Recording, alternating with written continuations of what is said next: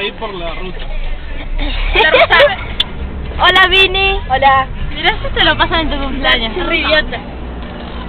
Belén es una vez para manejar, boludo, y vamos a la ciudad. No sabe manejar. Ay, me encanta esta canción, tu hijo. No, sincero, no. No, deja eso. ¿Quién tiene fuego? Yo. Para. Se ríen las patas, tiene el cabello, boludo. Es gigante encima. Mira la vuelta a verse el piso. Mira, otra cosa. Sí, está toda una asignación, así que mejor mudar. Una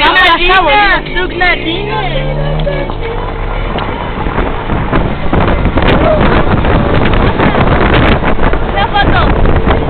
Guarda la cámara. No te va a caer. Mi hermana Marta está ahí. Bueno, esta sería la ida para el bosque, para sacarnos una foto. ¡Que te la comes!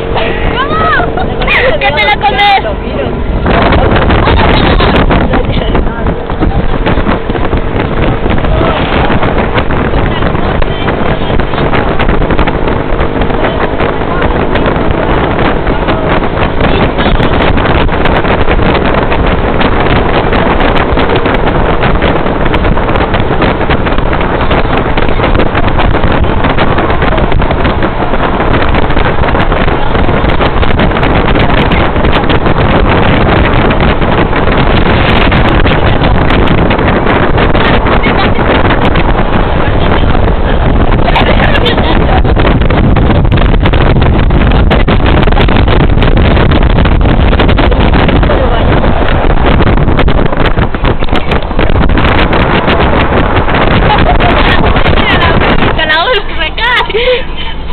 Quedó feo este programa.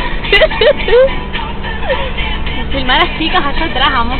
Ya las filmé como 5 veces. ¡Ay! ¡May, feliz cumpleaños! ¡Esta! Salió mal. No, ya los cagaste el video. ¿Qué? ¿Por qué? Porque yo los subo a YouTube, así que no sean menos de 10 minutos. 2 horas Acá llevamos. fue cuando dijimos, vamos al camping a la pileta. ¡Fa! Era lo mismo. Y por eso. Estamos entrando al bosque común. Siempre dijimos por acá. ¿Te acuerdas cuando aprendimos a manejar la izquierda acá? ¡Córranse, mamita! ¡Córranse! Síganme a mí. ¡Sigan! ¡Sigan al ser!